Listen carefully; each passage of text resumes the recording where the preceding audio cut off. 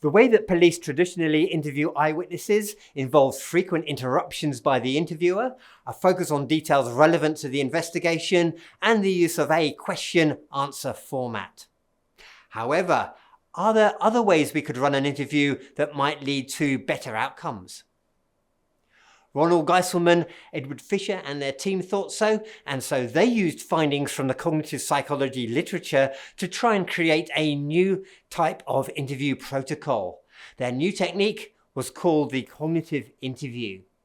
The cognitive interview is a protocol designed to improve the memory recall of cooperative eyewitnesses by leveraging what we know about how memory works.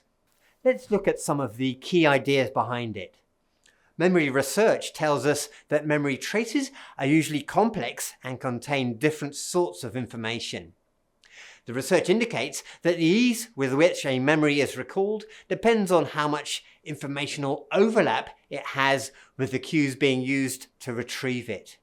This refers to work on what's known as the encoding specificity principle by Endel Tulvin of the University of Toronto, amongst others. The encoding specificity principle is the idea that when something is remembered, it is encoded with respect to the context in which it is studied, producing a unique trace that incorporates information from both target and context.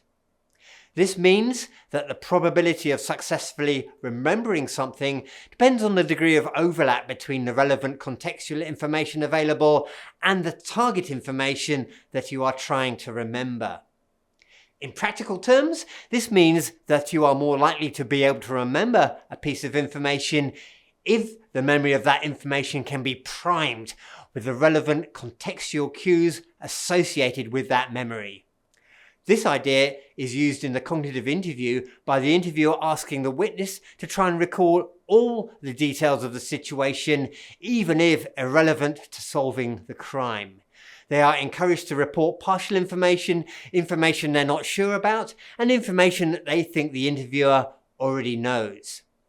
So, the interviewer might say something like, "I was not present at the scene, so I need you to tell me everything that you can remember, even the things that appear trivial, unimportant, or that you cannot recall completely.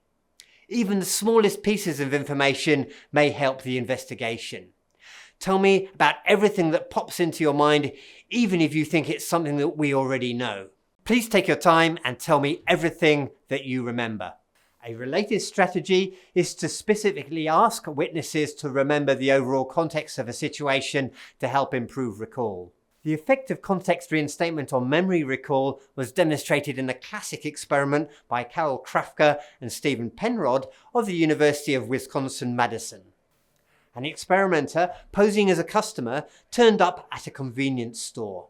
He bought a can of drinks using a $10 traveler's check, producing 2 forms of ID. He had a brief chat with the shop assistant and then left.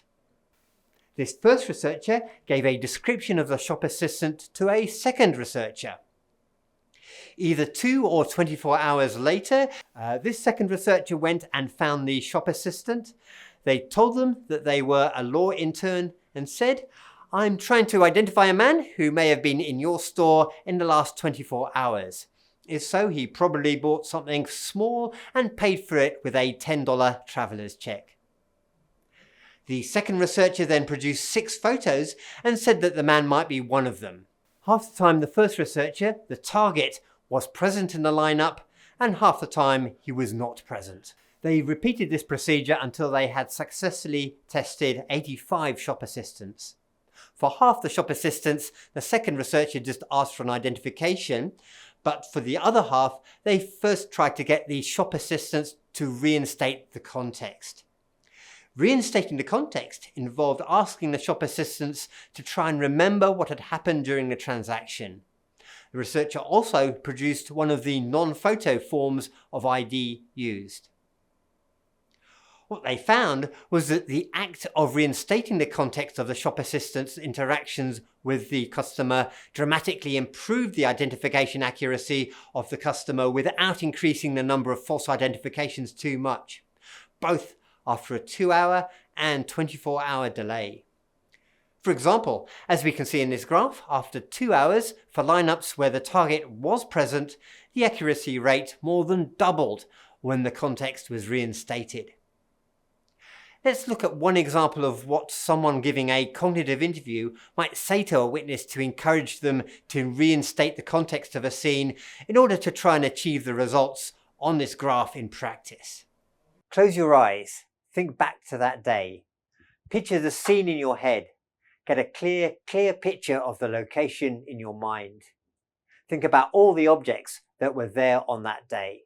Think about all the colours you remember seeing.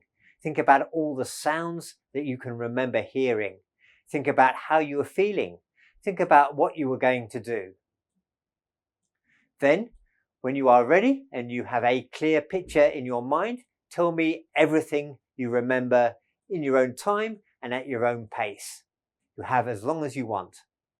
Again, the idea is that the memory traces of any irrelevant details that can be remembered might contain overlapping information with relevant details, thus making it more likely the witness will be able to recall those relevant details. Similarly, any given memory can be accessed by a number of different retrieval cues. That is, if you can't access the memory you want via one particular cue, then maybe another cue might work instead. Hence the value of asking people to recall as many details as possible, even if irrelevant to the investigation. These strategies, recall all details and reinstating the context, form the core of the cognitive interview. But other strategies have also been included in the various versions of the cognitive interview. These include change perspective. Eyewitnesses are asked to try imagining the events as they unfolded from the perspective of other eyewitnesses. The interviewer would typically choose another person reported by the eyewitness as having seen the event and ask what they would have seen. The idea is that this change may elicit additional information because of the different retrieval process the eyewitness is engaging in. However, some have criticized this strategy as potentially inviting the eyewitness to speculate about things they didn't actually experience themselves, so it's considered important to explicitly tell the witness not to guess. Change order. Eyewitnesses are asked to recall the events in a different order.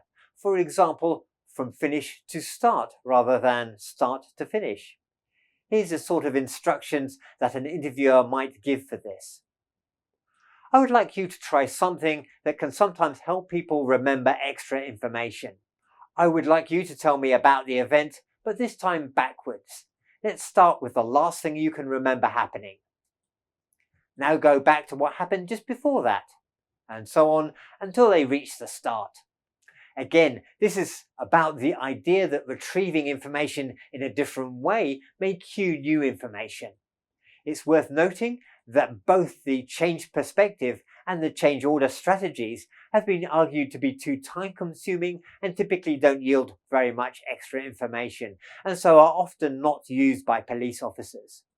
Alternative strategies, such as asking witnesses to organize what they recall into information categories, a strategy called category clustering recall, have been found to be more effective in some research. Establish rapport and good communication. One strategy that was introduced in later versions of the cognitive interview was to introduce rapport building and good communication practices into the protocol. The idea was that by doing this, interviewers can reduce eyewitness anxiety, which may lead to better memory retrieval. This might include things like making sure you're listening carefully to the eyewitness, being empathic to them, and trying to avoid interrupting them where possible. Use all 5 senses. Another strategy used in later versions of the cognitive interview is to explicitly encourage witnesses to try and recall details associated with all 5 senses, including hearing, smell, and so on, with the idea of cueing further memory overlap with relevant details that haven't yet been recalled. So we've had a look at the different strategies that are used in a cognitive interview. Now let's see if there's any evidence that the cognitive interview does actually lead to eyewitnesses being able to remember more.